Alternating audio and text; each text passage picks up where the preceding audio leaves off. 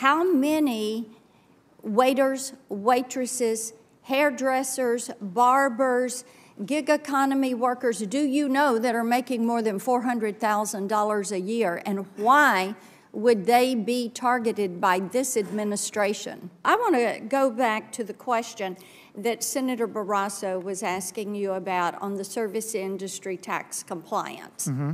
And I've heard a lot about this in Tennessee. People in the service industry, hairdressers, wait staff, delivery personnel, gig economy workers, and they are incensed by this. Many of them are women, and they're sole providers for their family.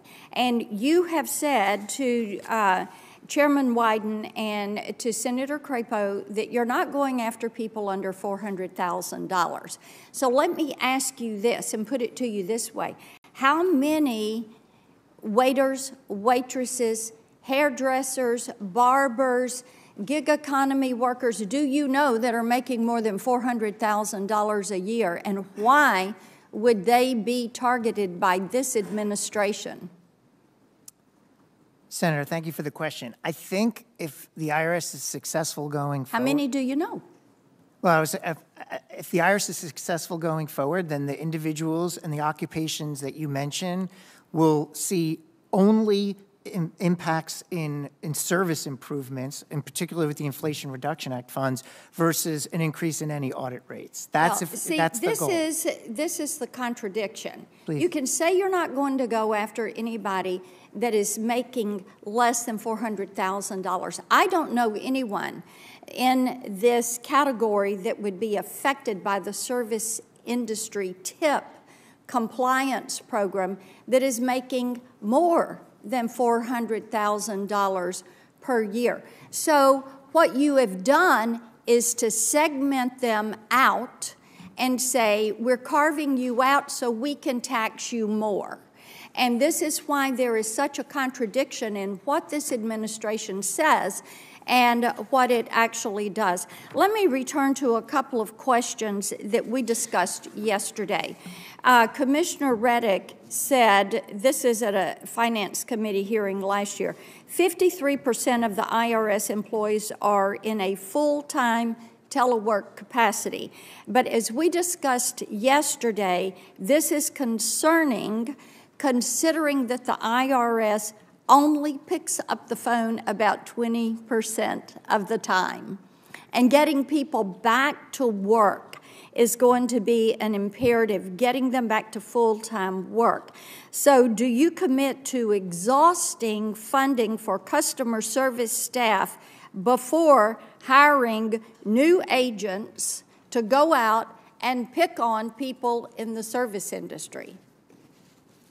Senator, I appreciate the question. I can't commit until I'm at the IRS and understand exactly where they are with their plans. Okay.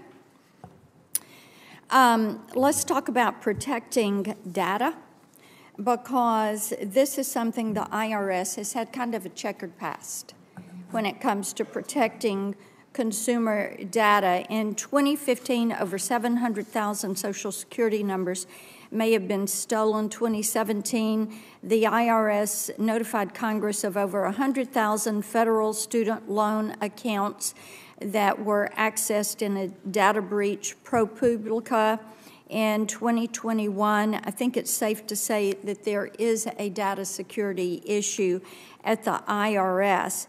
And so what I would like for you to do, if you are confirmed, is give us a plan and a timeline for implementing that plan for keeping citizens' data, taxpayer data, safe. Would you do that for us? Yes, Senator. In fact, when I think about the data security issue and I think about the discussion that we're having on the Inflation Reduction Act today, the increased resources that the IRS is receiving under the Inflation Reduction Act, there's part of those funds that can be used to shore up data security, whether that's through technology, training, et cetera. So when the plans come together for the Inflation Reduction Act, they should reflect the very question you're asking, which is what are the steps we're doing to be on a continuous improvement journey to improve data security.